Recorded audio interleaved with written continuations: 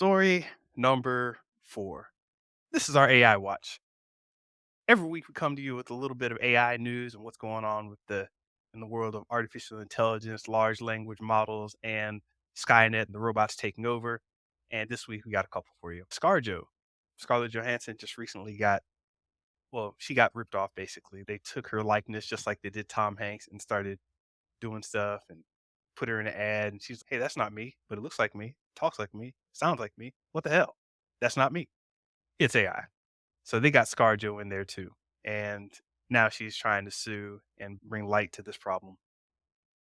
Theo, does she have a chance? What's going on? ScarJo loves to sue, boy. She was suing Disney, now she's suing AI. Yeah, man. She should sue a little sister, man. Go ahead, girl. Yeah, it's good. They need to I think Tom Hanks is doing something like that too. So images and likeness, this is gonna be key battleground for the future.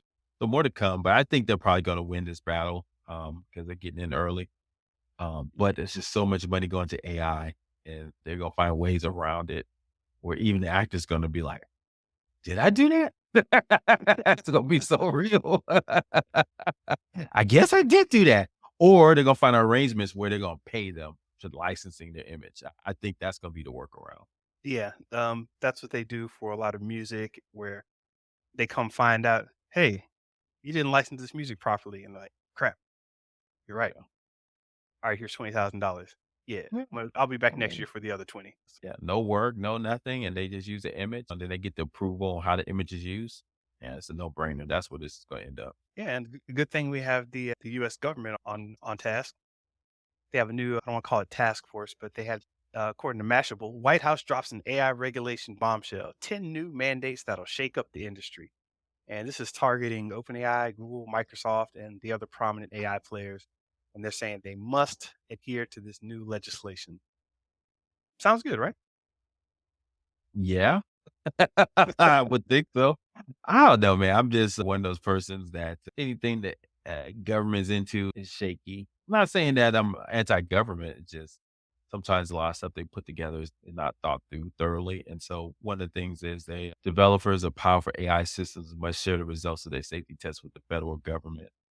Sure. What is that? Just like, here's my homework. Here's one piece of paper on the test I did. Okay, here's an A. How the government just doesn't have the resources to really dig in deep and figure out what they're doing. And so that would be my concern. They're saying things like AI generated content must be watermarked. Sure. There's probably gonna be ways around that. It's a start. I get that point. You can't regulate.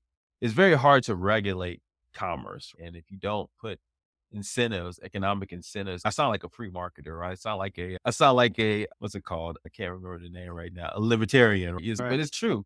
Is people only going to be do what they leverage to do need to do, right? So if Yeah. you can put all these regulations and all this stuff, but you can't stop progress. The Pandora's box out. So they got to put more guardrails around incentives and maybe giving people rights to sue AI companies, and I think they would slow down a lot more if there was a heartache financial. Say, for instance, if ChatGPT stole your image, you could get all their revenue from your image into perpetuity, Yeah. something So, like that without. Yeah. So that's some of my thoughts on it.